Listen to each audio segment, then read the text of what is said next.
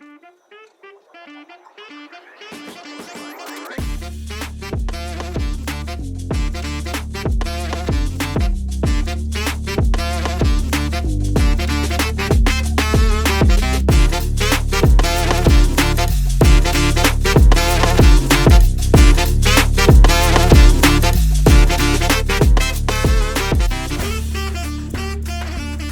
welcome to the new episode of the Sean and Renee Talk Show. I'm your co-host, T. Renee. And I am Nisha LaShawn. What's up, y'all? Hey, everybody. So today we will be discussing our college experiences. So I will start because I went to college right after high school. Now, with that being said, I will say that every student who has a desire to go to college after high school at least go one semester. And I say that because, one, you get your independence. Two, you're gonna learn to basically how to take care of yourself and know, like, I got a budget for groceries. I gotta do my own laundry. I also gotta organize my time and go to class. And also, you just get that's where you come into your own as, you're becoming your own person and figuring out who you are in the world. And also at the same time, you meet a lot of friends. I say in college, if you don't have like core friends in high school, because I know high school can be a weird time for people. But college, I feel like that's where you meet your core people. I went to a college here in Michigan, and I met some people that have been my friends for over 20 years. And we still hang out, we still talk, we still text, we still keep in touch with each other. We know each other's kids. And I feel like when you get that foundation and you meet people from different walks of life, because I met people from Chicago, Detroit, from Muskegon, from Kalamazoo, Saginaw. I'm from Flint. So it was just one of those things. It was a melting pot of all these children who were sent away. And we met each other and we've been cool for over 20 years. And I think that's a great dynamic to have.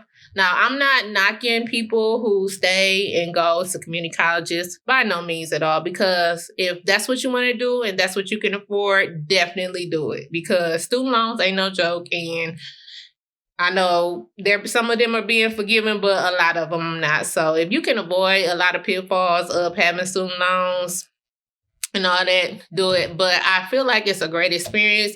You get to experience Greek life. You get to experience the college experience of being away and just having your freedom. Because a lot of people don't have freedom, and it could be a 50-50 thing. Some people come to college and they go crazy. They get buck wild. They don't make it to the next semester. And then there's other people that's there. They spread their wings. They figure out their place in the world and they thrive. So it could be it's a lot of both going on. But I think if you just go for a semester just to get that experience of being away, not under the care of your parents, where you can just kind of find yourself, but just figure yourself out and figure out your place in the world and meet new people from different walks of life, because you're going to meet people from everywhere and you get to know people and then you'll find your tribe. So for you, it was like an introduction to adulthood. Correct. That first pit stop of being under the care of your mother. Mm-hmm.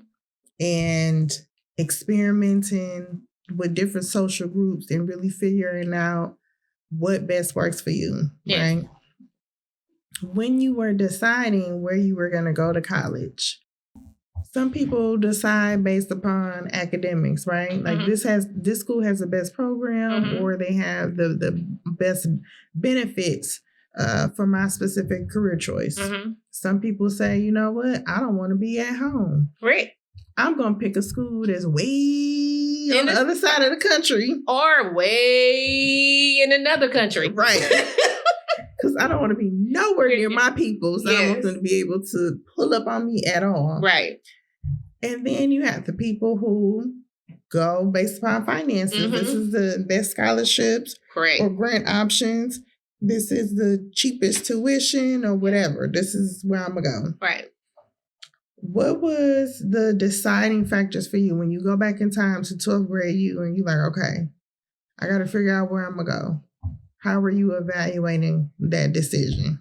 Well, two things happened. Initially, I wanted to be an engineer. Mm-hmm. Electrical engineer, to be exact. So the school I chose had an engineering program. And I went there for that. But after doing 2 internships, 2 summers in a row, I realized I don't have the personality to be an engineer. I mean, like, honestly, like, they had me looking at blueprints. I was working CAD machines. Mm-hmm. Like, my eyes was crossing. I was just like, this cannot be my life. Like, I cannot be this person. This is not the profession that I want to do all my life. So I ended up switching majors to business. Mm-hmm. And I was like, okay, this is cool and everything. But my initial thought was they have the program that I wanted to go into. And I was just like, I want to go away to college for the exact reasons why I stated. It's just like, I wanted to find my place in the world. And it wasn't that my mom was strict, because actually my senior year, my mom was very lenient on me. Like, whatever I wanted to do or wherever I wanted to go, my mom was like, I don't care. You know what I'm saying? She was like, you got your own job, you got your own car. She's like, I don't care. She's like, as long as you're not getting in trouble, which she wasn't worried about because I wasn't one of them kids. She was like, I don't care what you do. And she already knew I was leaving, so she was just like, anyway. But she was never one of those parents that was like I didn't go to college to have my freedom. Like, my mom would let because there's a lot of people do that. They go to college to run away from their family. And be buck wild. I wasn't that person because my mom would let me go to things. So for me, it was just like, I wanted to go away to figure out my place in the world, where I fit in the world. Mm-hmm. So that was my why I went away to college, because I was like, I need to go away, figure out I want to do what I want to do with my life, and, you know, see how I'm going to navigate that. Because like I said, I'm a problem solver. So I was problem solving myself. Like, what do I want to, I need to go away and see what I want to do with my life without having to be like, oh, mom or dad, you know, what should I do? I went away to try to figure it out on my own, what I needed to do or what I wanted to be in life. So that was my why I went. Okay. When you got to college and you started interacting with all these people from different walks of life, what was the number one culture shock for you? Because you were raised under reasonable circumstances. You got people that's coming for some very unreasonable circumstances. So what was that one thing that's really stood out? Like, ooh, I was raised like that. Well, it was 2 things. Okay. 2 things were the first thing was, oh, that's that girl from Flint. Because I don't know why it got around so quickly. Who was from Flint, who was from Detroit, who was from Saginaw, Muskegon, Chicago, whatever. Ypsi, Ann Arbor, it all got around quick, like who was from where. But it was like, that's that girl from Flint. And I'm just like, okay, yep, I am, and... What's the next? What's after that? Right. So, and then it was, the other thing was like, the culture shock for me was, I would say it was more so faith-based. Like, I had no idea there were Black Catholics. Mm-hmm. So I'm like, huh? How and why? Y'all going to mass? Yeah. Y'all ain't got no praise team? Oh. So that was the culture shock because I'm like, y'all ain't got no praise team. Like y'all going to, it's like it was like, I didn't know there were Black Catholics. And that's just me being in my own world, how I was raised. I'm thinking everybody that's Black is a Baptist or Kojic. But that was just the parameters of my life. That's all I knew. Yeah. All the Black people around me were either Kojic or Baptist. Right. So I'm seeing some of my friends, oh, I'm Catholic, or I'm this. I'm like, so say hi.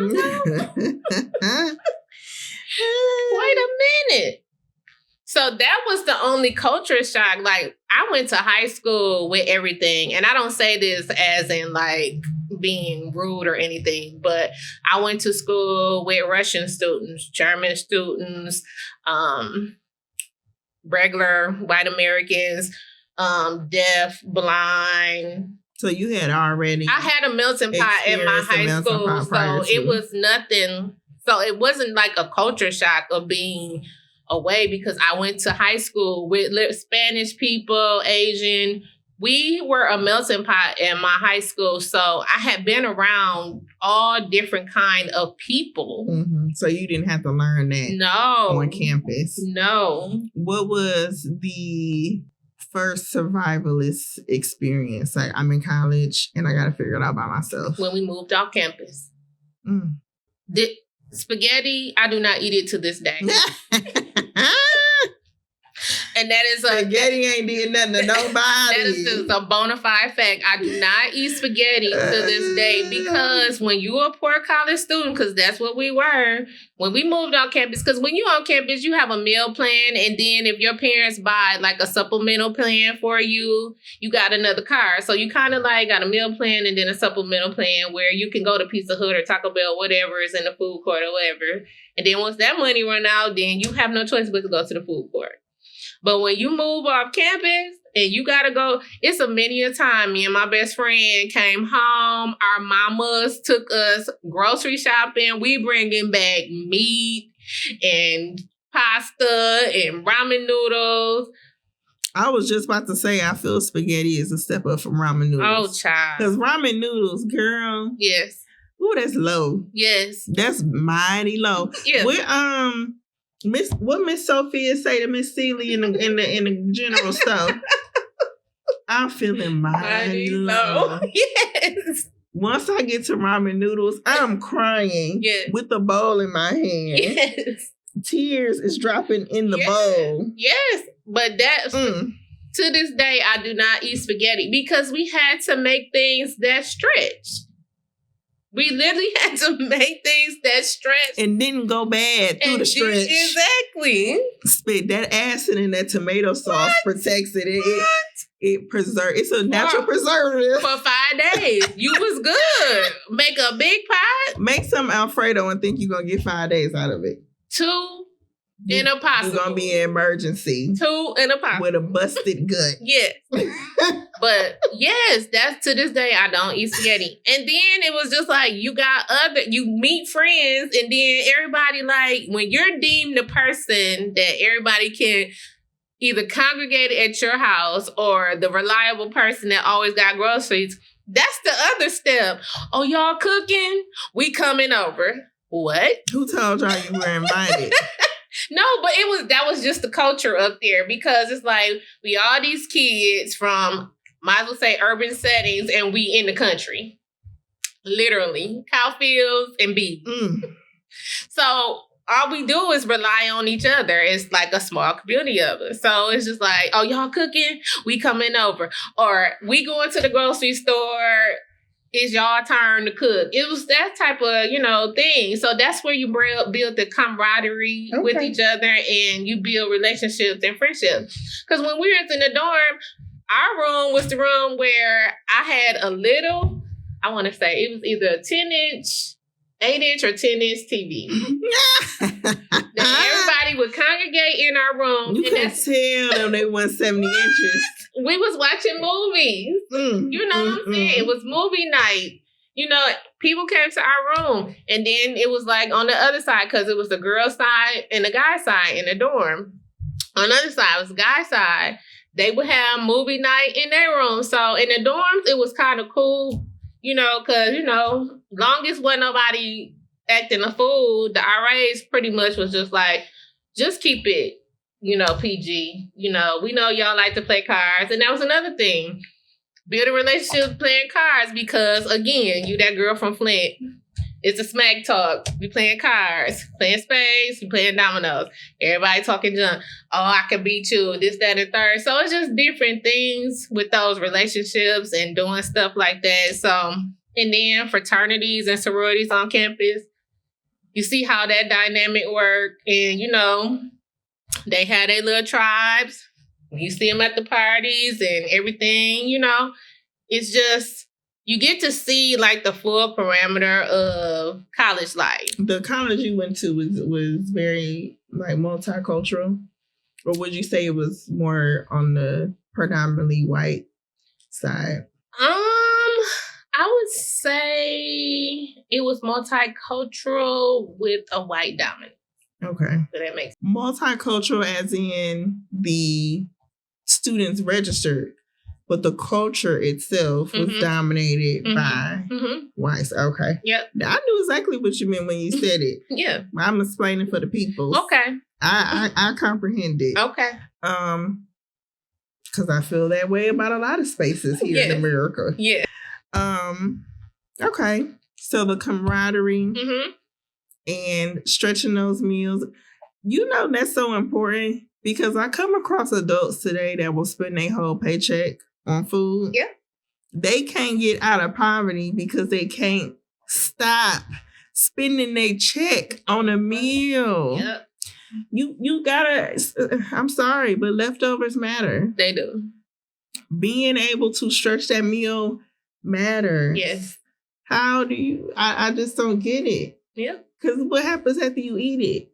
It end up in the sewage. Correct. It's not sustainable. No. Those experiences of sacrifice is a sacrifice that helps you maintain in adulthood. And that's why I said those years help shape you. Because that shows you like, yes, I can fend for myself.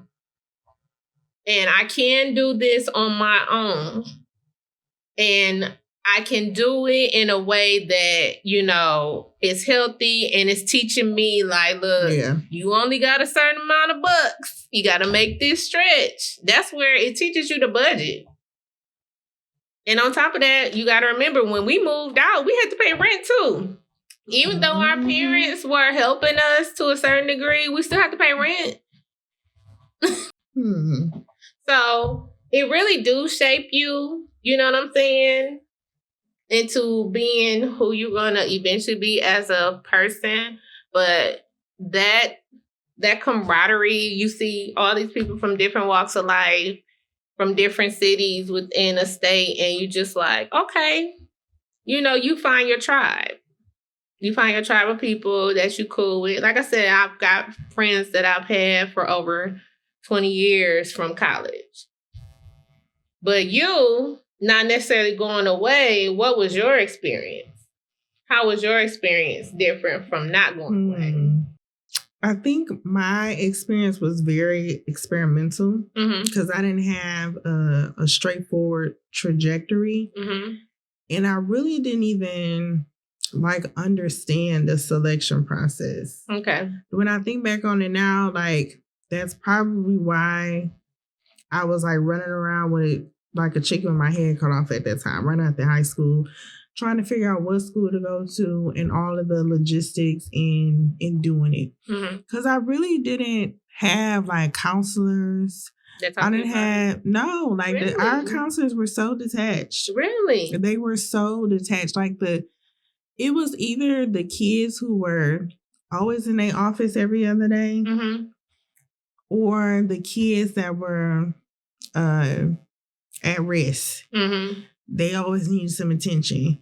But us like regular like AB students, I don't remember a conversation like, hey, your grade point average is this. Really? Have you decided on what school you're going to go to or whatever? It wasn't anything like that. That was a common thing in my high school. That's what our counselors, they was on us about, okay, so have you applied? Yeah. Did you take your SAT? Did you take your PSAT? They weren't on it. Did you take your ACTs? No. Really? No, it was very much so. I felt in my experience sink or swim. Really? I felt it was really a sink or swim type of thing. And I'm not the first person in my family to go to college, but I do believe at that particular time, it was nobody in proximity that was like, hey, this is your senior year. What are you going to pick? This is how you pick. It was like I had to figure out like every step of the way.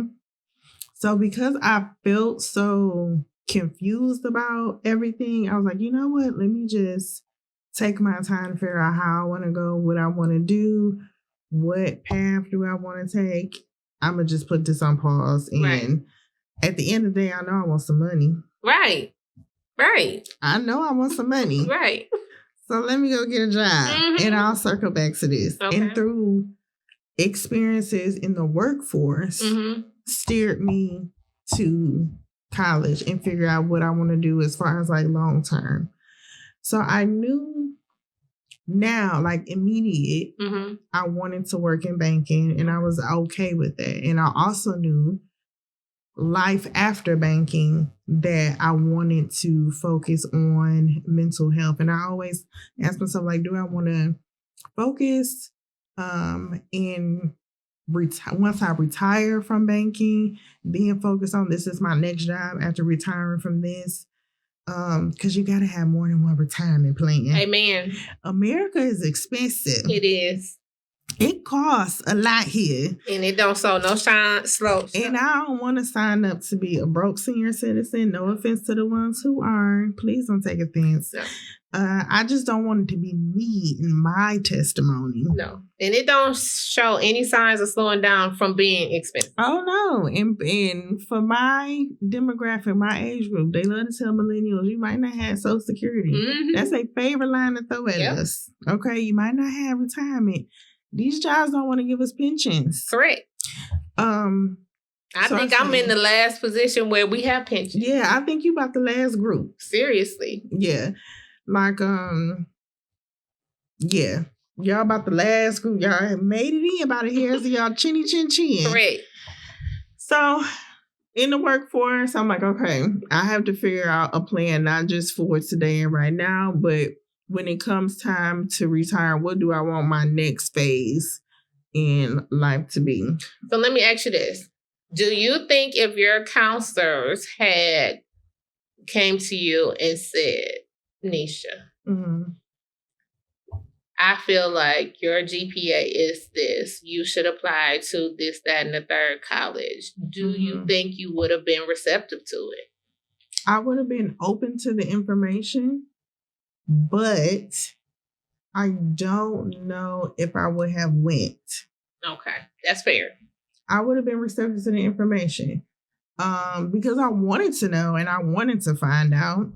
But I also knew that there was a financial element to going. I didn't want to go if I felt like I wasn't going to be able to stay and actually see it through. And I didn't have control over me staying and seeing it through. Okay.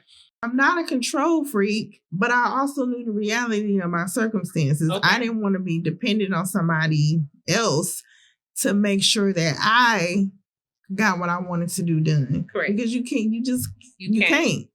Some people are blessed to where their parents are able to make sure and see them through. I knew if I went, it was gonna be me and you and the Lord. Me and the Lord. That's it. And I knew ramen noodles was nasty. I hate them instant noodles. Yeah. Can I just take a segue to say, why do y'all eat the instant ones when just a few aisles down, you can boil some actual noodles. You can boil the actual like ramen style noodles. I just always wonder that. But anyway, that's another episode. That's another episode. Sure, that's in a part of the economic episode. Yes. But I just knew at that point in time, I wanted to get my hustle on. Even if they provided you with, you qualified for this grant, this, that, and the third, you still would have been like, nah, I'm going to just... No, I'm going to be realistic. If money wasn't an object, I would have been open to it. Okay. Yeah, I would have been open to it. I didn't understand the logistics of getting the money. Okay. And figuring out ways to come out of it unscathed. Because you got to remember, like, my adulthood was in the collapse. Okay. Right? So I'm like that 07, 08. It was rough at that time. So I didn't want to put myself in a position to where I didn't have any power over surviving and maintaining a certain lifestyle and being okay. Right. So for me, I decided to go the safe route. And I don't regret it because in the workforce, I'm coming across people that decided to go to the college route. And they in the same position as me. Right. Working the same jobs as me. Right. And making the same amount of money as me. Right.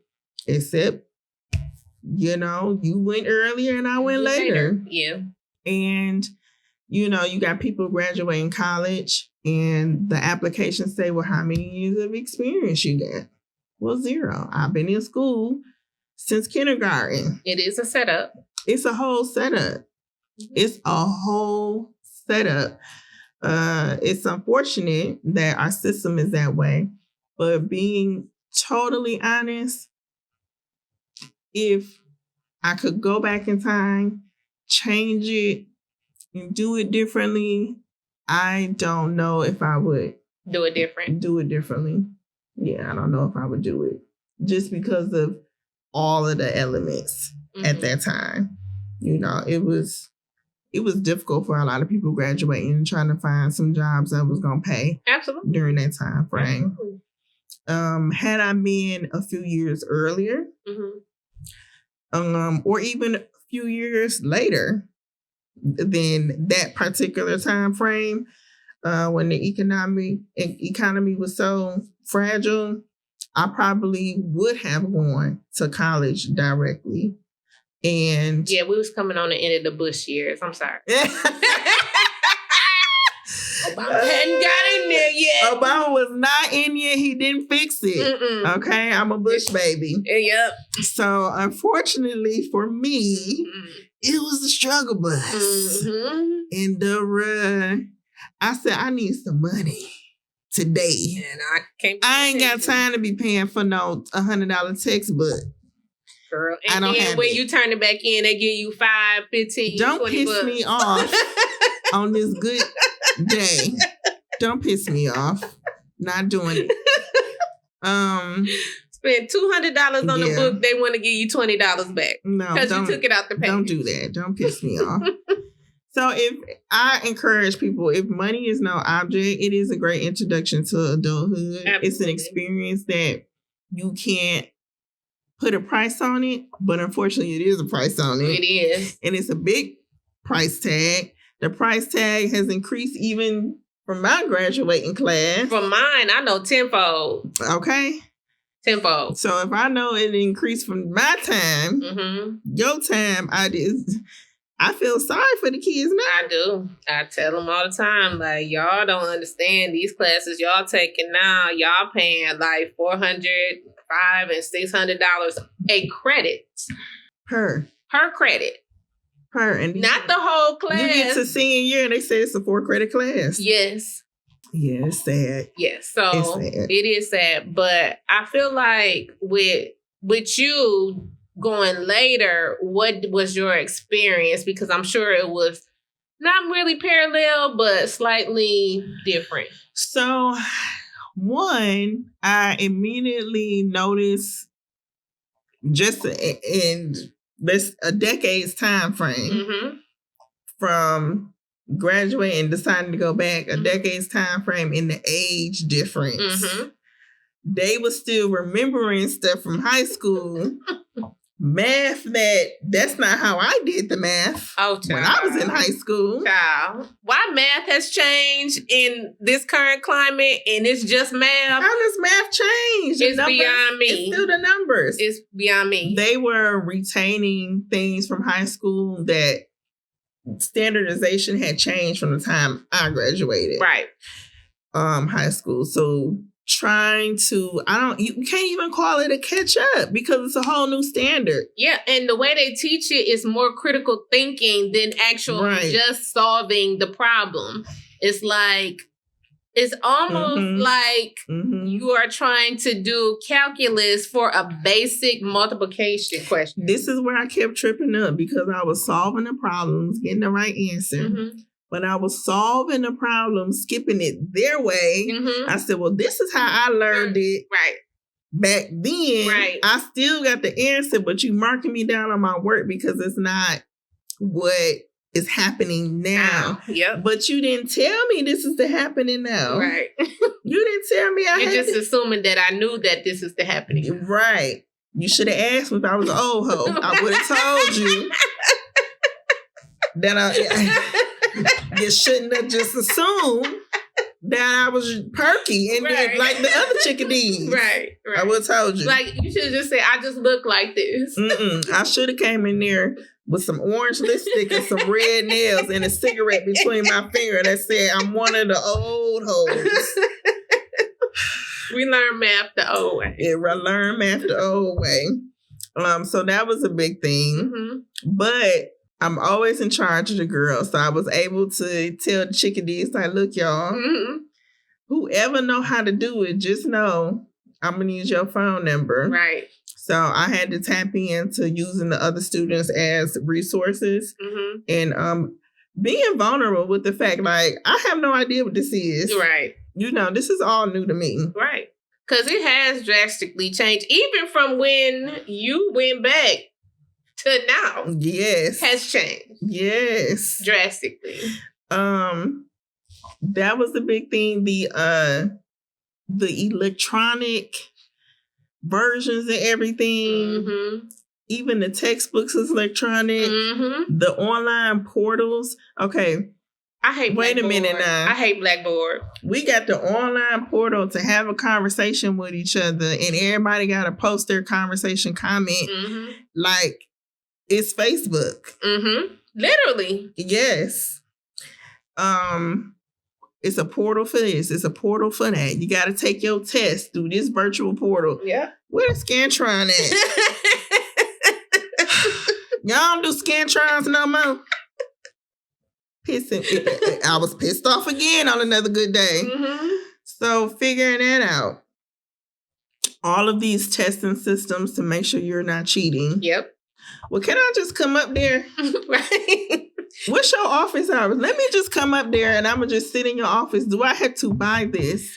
What your office day is? And being told, no, ma'am, you got to buy the software. But I cannot. You're tired of counter plagiarism. And you decide your sources. You got to cite your sources. Once again, I'm that old hoe with that cigarette in her hand, like,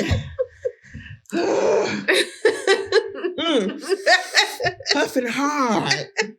I can't use no Scantron. Puffing hard.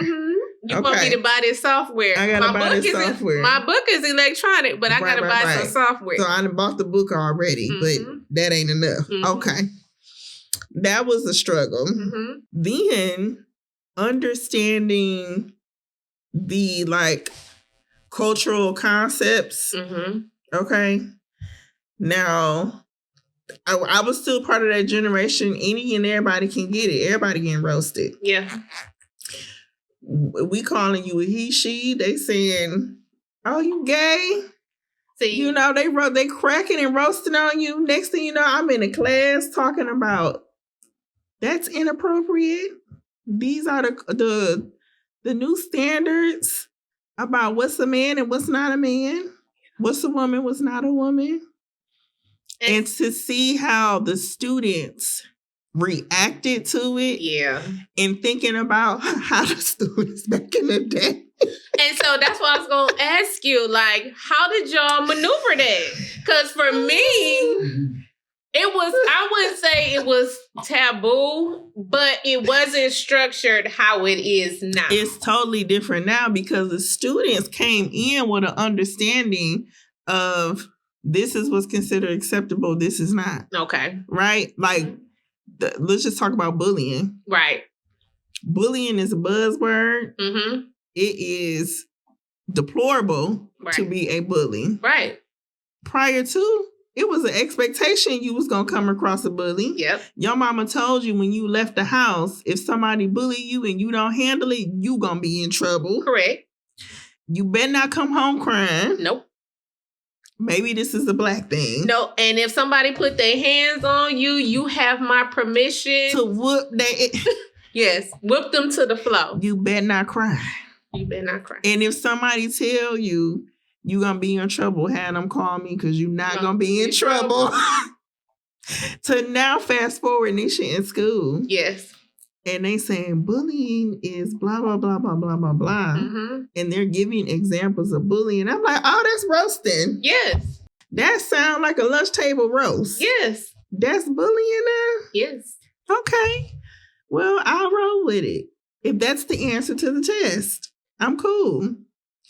But how did y'all navigate that how did you navigate that new norm with you being in school again? Well, like I said, I immediately noticed a difference in the students and how they reacted to the information. Okay. There was a new level of sensitivity that I did not see when I was in school prior to. Okay, so let's pause right there. What year was this for this sensitivity? Because remember, we've discussed this before with society all of a sudden moving in the direction of being sensitive about everything, but being offended by everything. And being like trolls at the same time. How are you offended by everything? You're sensitive of everything, but you're also a troll. So what year was this? This is like 17, 18, 19. Okay.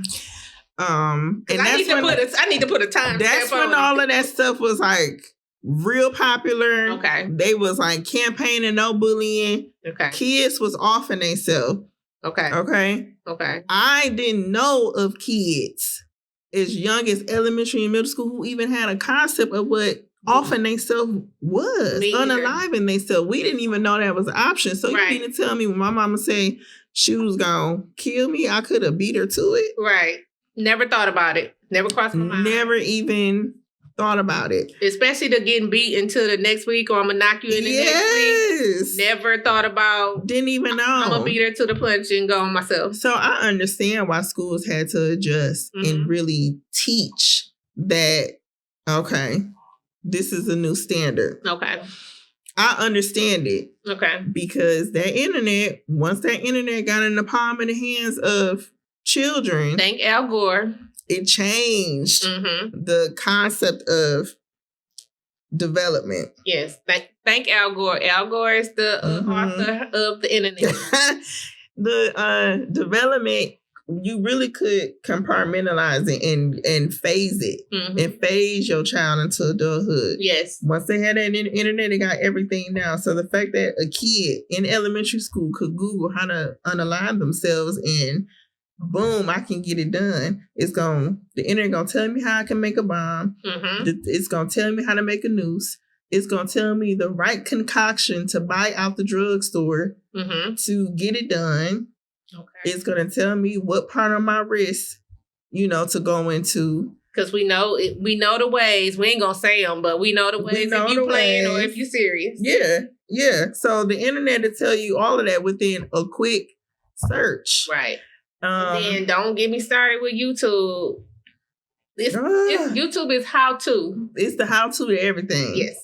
So unfortunately, this is the way of the world. I saw the level of sensitivity on the kids and how serious they took it. Not one person was cracking a joke. Okay. So I was like, dang, this conversation, when it went a whole nother way, had it been 10, 15 years ago. Yeah. Right. Just in that short time frame, like those kids took it serious. So I ain't have a choice but to get serious too. Like, oh no, bullying is not acceptable. Mm-hmm. Meanwhile, I just got done roasting somebody. But I got on the bandwagon. That and the entitlement towards the professors has changed. Okay. It used to be you expected your professor to have kind of like a distance between the students. By distance, I mean, this is the syllabus. These are the assignments. These are the due dates. I'm giving you the information on these dates. The end. The end. You can show up to lecture if you want to or not. Or not. I'm not taking attendance. I'm not looking for you. Right. Now they was like taking attendance. Really? Yeah. They were taking attendance. I'm assuming they are now calculating attendance into the grade. I've noticed that too. Oh, okay. Because I remember my criminal justice teacher told us, he said, I get paid whether you show up or not. Right. And I was like, right. Whoa.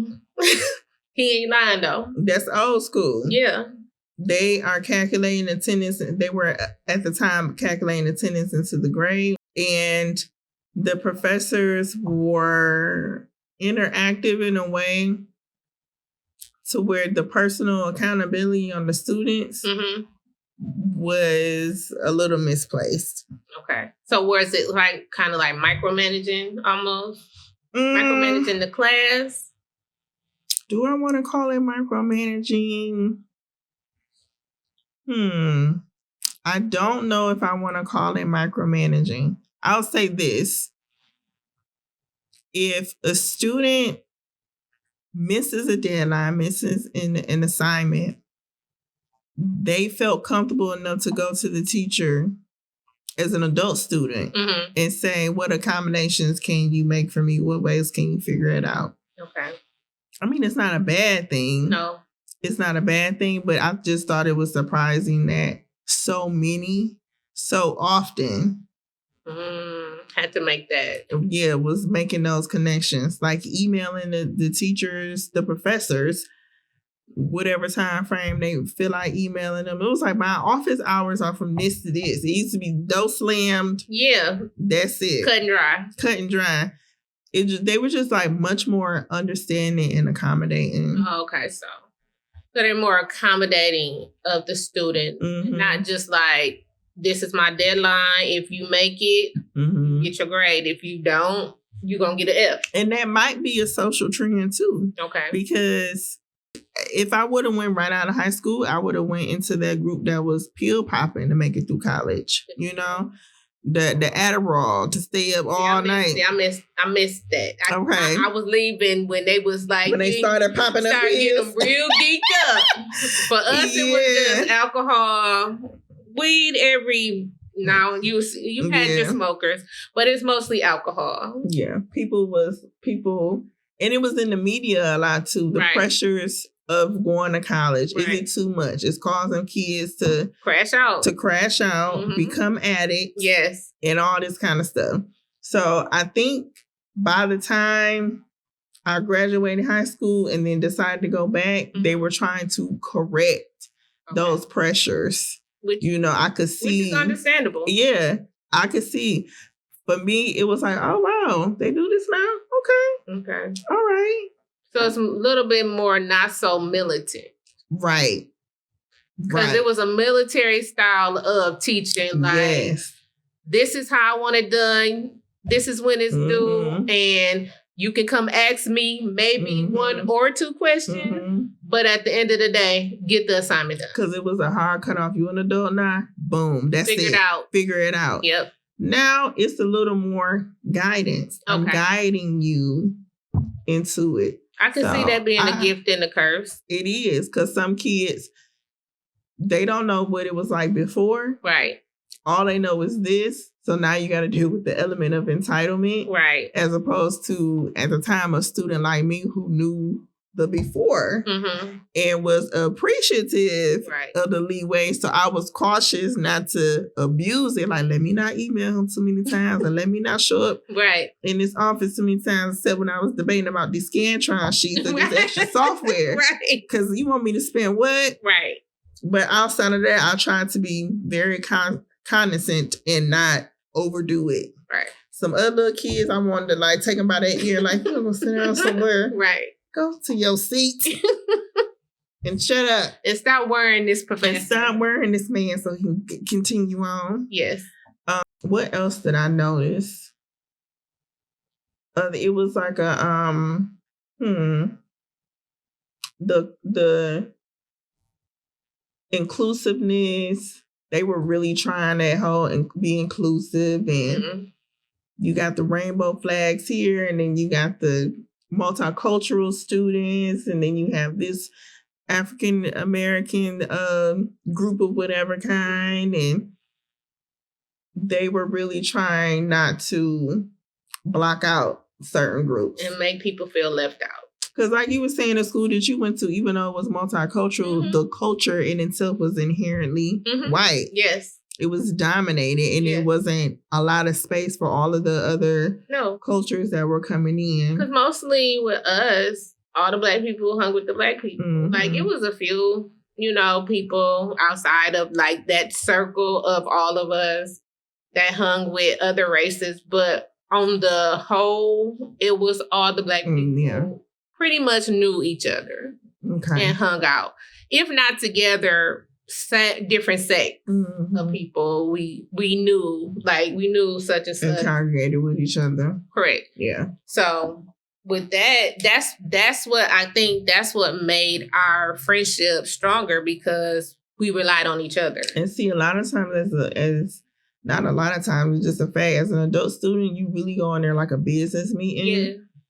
And it's a little unfair, but when you go in there and you see the other students that are like socializing, they're joking, they having fun, it is very easy to forget these kids live on campus. Yes. This is like a social experiment for them. Yes. They having the best time of their life. Yes. Me over here with my red nails and orange lipstick and the cigarette in between my fingers. Yes. Like, if y'all don't cut shit. Right.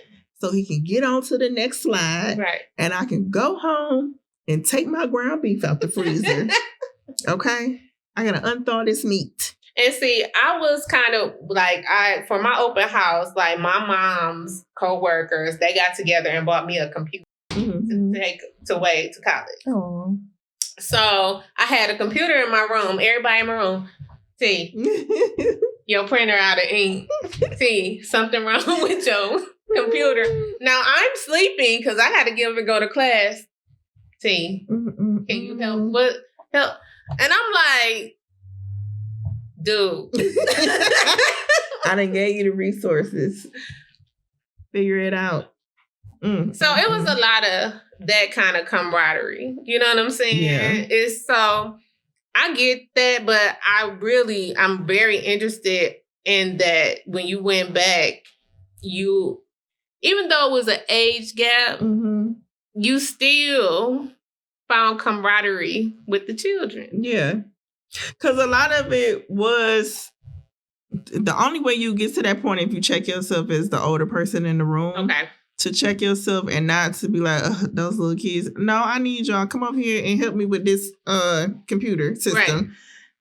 I'm not going to, it wasn't to my benefit to go in dissing anybody. Okay. Or to devalue what they have to offer. If I'm in a group with them, we all in the project together, we are learning the same stuff together. Right. I wasn't going to try to dominate just because of an age gap. Yeah. And I saw some of that going on. Yeah. And I just thought that was uncool. But I have an affinity for kids anyway. Younger folks. I love the younger people. So I naturally, am okay in those situations. And I needed them at the end of the day. Yes. Because after hours, the professor wasn't going to help me set this up. Right. I needed to call little Kaylee and say, hey, Kaylee, what's going on, Venetia? Hey, girl. So, yeah. can't figure it out. Had to phone a friend. But that's cool because that way, you know, that camaraderie, they know like, oh, she like us. Mm-hmm. Oh, she's welcoming. Yeah. So that was on brand for what was going on at the time with everyone trying to be inclusive. Whether it was age, race, or whatever, it was on brand for it. Yeah. So that's interesting. So you said 2017 is when it started. Mm-hmm. Okay. Because I need a timestamp on when this because it has mutated. Even since then. Yes. Yeah. Even since then, it has mutated. Time goes by quickly, child. What's the latest mutation? Like I said, everybody is offended and sensitive of everything, but they're trolls at the same time. And I can't understand. I know two things can be true, but that shouldn't live together. So I'm sensitive, but I'm also like aggressive to others at the same time. Passive aggressive. Yeah. Those shouldn't live in the same world, but they are. And that's why I was trying to pinpoint like the timestamp of when that started because it is so prevalent right now. It's like, oh, you shouldn't say that. Oh, that is mean. Oh, you should include everybody. But then as soon as you disagree with a certain dynamic, oh, you just own and blah, blah, blah. Yeah.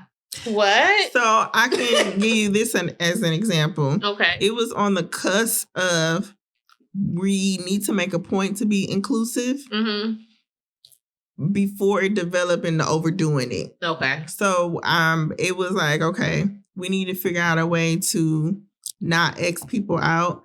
And then it developed into now I'm policing people. We were still kind of like learning these new trigger words and stuff. And that is a good way of putting it. Policing. Yeah, it started policing.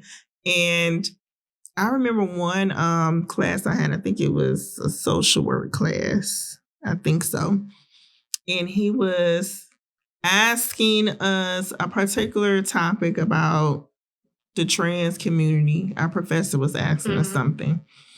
And everybody in the room was supposed to go around and say how they would assess this situation based upon their personal values. And everybody was able to explain. It was some people who disagreed. It was some people who agreed. It was some people who had the most outrageous thing to say. But I don't remember anybody going into the conversation policing the way that they do now. Like, oh, you're a horrible person because you don't agree. Yeah. You deserve to be under the jail. Yes. Because you don't agree. Right. And it's also like that cancel culture perspective of it now. If you disagree with anything with the LGBTQ plus community, it's like you're seen as an enemy.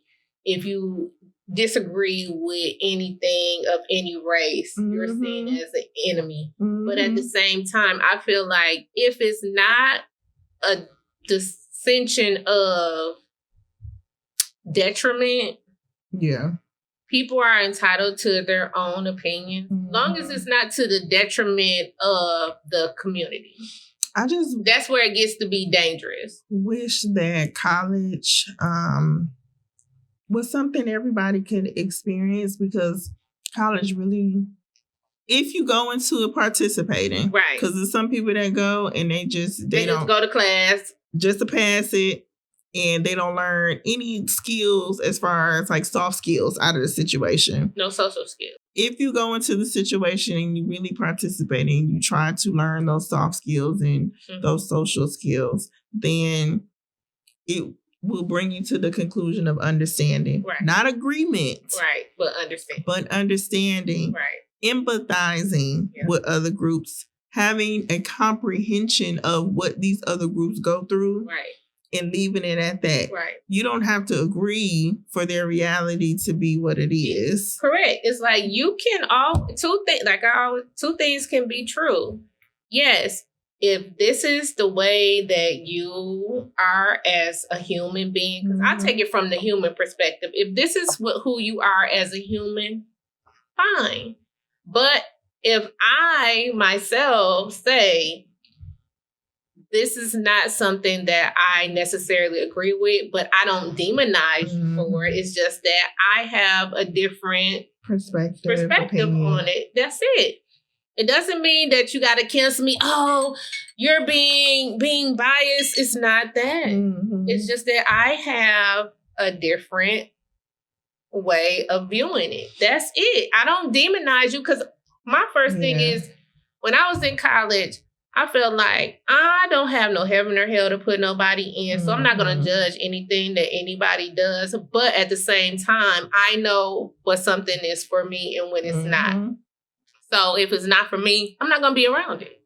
That's it. And it could be from a party to just people doing That's what I was drugs or whatever. Like the whole party culture on college campuses. I would say it's the party culture on campus was cool for me, because it was just but that was one of my things. I like to dance. You know what I'm saying? I was a dancer. So that was fine for me. Did you see any students that you came into school with and they got consumed with the party culture? Absolutely. Like they were not able to make it to the finish line? Absolutely.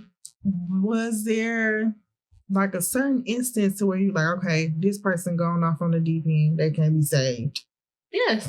Okay. So it's one of those things, when you see that, you just have to let it happen, because at the end of the day, we're all there for the same reason. It's like you can't save them. Do you think the schools play a part into creating that culture? Absolutely. Okay. Because why would you allow liquor stores to be in close proximity of college campuses? I don't think there's any regulation on it. It's not. Yeah. So with that being said, if they run into somebody that's older and that's cool, or even upperclassmen, they're going to give them the money to buy the liquor. So it's just like, it's a culture that is known, because some schools here have been known for party schools. Right. It's some schools like we have labeled, that's a party school. Yes. So if you're not strong-minded to, I can go to a party here and there, but I'm here to get my education. Yes, you will get sucked in. But at the same time, it's about balance. You got to find that balance. Because, yes, you want to be social. Yes, because you want to be social. You don't want to miss everything. But at the same time, you got to find balance. There's a balance. Some of those kids already go to college with a lack of structure. Yes. People don't realize lack of structure goes both ways. Not having any time in your day, week, month for fun is lack of structure. It is. You need a breather in there somewhere. You do. It's no way that you let your child go all the way to 12th grade and they haven't figured out how to have fun. Right.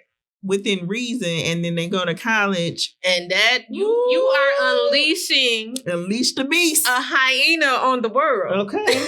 Because they gonna drink the hardest. They gonna party the hardest, and they're gonna flunk out. Then you got those kids who come into college leaning too much on the party side. Parents never got it under control. They slid through school with C's and, whatever grades. And, some of them are even athletes. They just figure out a way to get them through. Yep. They were never into academia to begin with. Nope.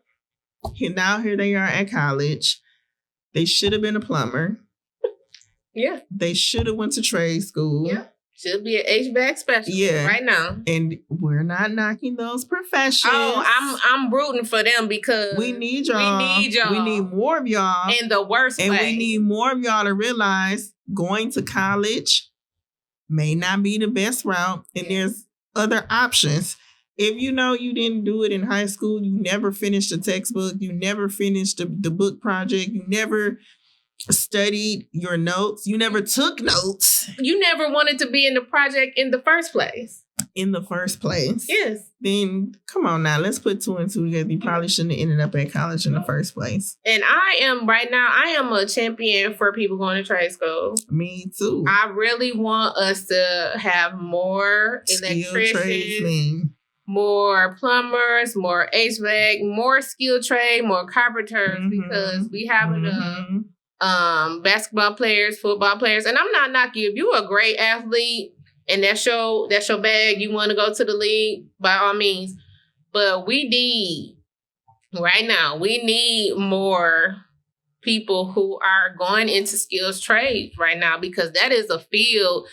We can't have the people that's been doing it for the last 30 years. They can't do it for another 30. We need somebody to step on in and replace them and know what they're doing. So I'm a champion of skilled trade. I'm not knocking college. If that's your route, please, baby, by all means, go to college.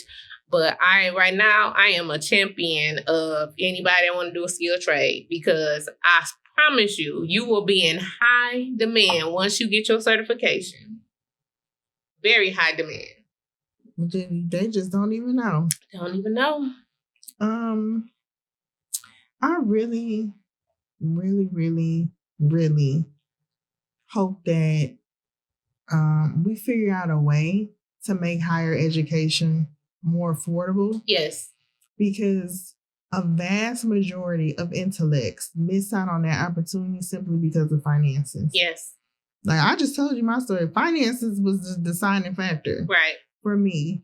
And it wasn't just because of the economic collapse. Like even after the fact, I'm sure there's people out there who, regardless of what the economy was doing, their pockets were still tight. Yes. And taking out all them loans that you have to pay back. Really, you setting yourself back. Because you look at people who go to school for a long extended period of time, lawyers and doctors and everything. First, you got to go to 8 years of school to be a doctor. If it's a specialty, sometimes it's 10 or 12. I don't even think that's including the residency. And no, that's just school. And then on top of that, maybe you got to do a 4 or 5, maybe 6 year, maybe 10-year residency if it's a specialty. Like, come on. If you don't find a healthcare institution that's going to pay off your student debt, you're saddled with that debt. And a lot of them, 100K is normal. That's normal. Normal. Because some of them are looking at 500K. Yeah. Easy. Yes. Easy. And I'm talking about, I'm not even getting to the master's and the PhD. Yes. I'm talking about. That's just regular base starting at 1K. Yeah. I feel like the country will lose out on the best and brightest that we have here, that it can be homegrown. I agree.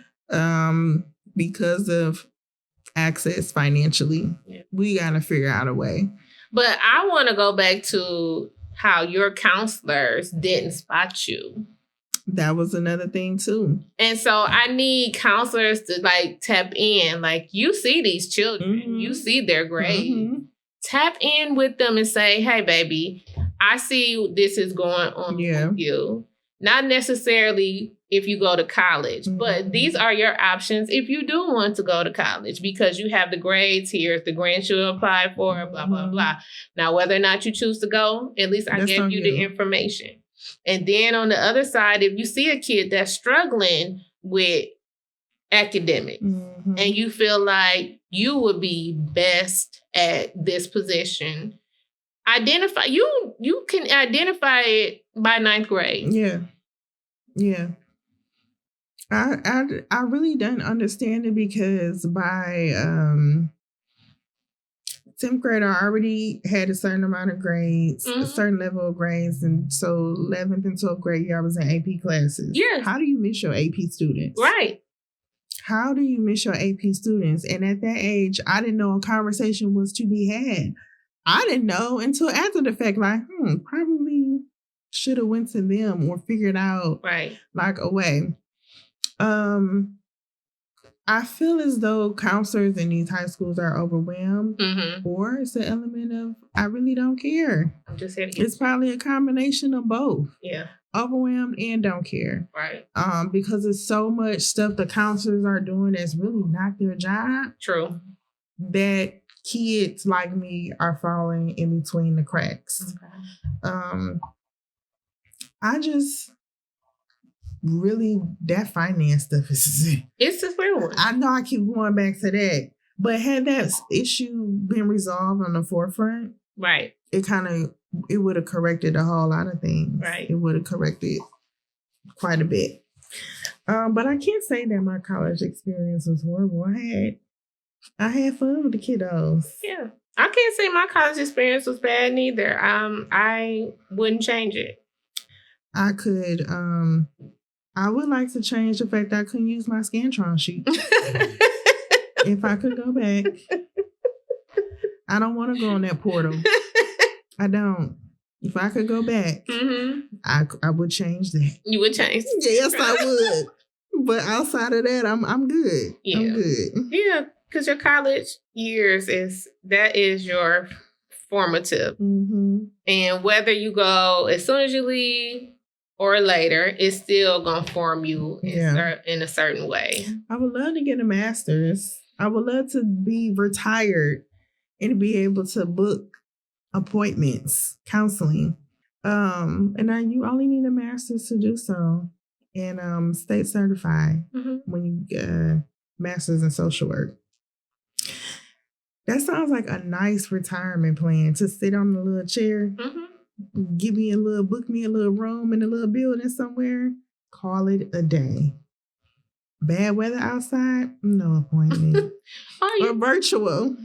Virtual is the thing now. Yeah, virtual is the thing. Do it comfort at home. Don't that sound like a nice little retirement? Like phase 2 for me? Yeah. I just need to find a job that's gonna pay for the masters. When I find a job that's gonna pay for the masters, it's up and it's stuck.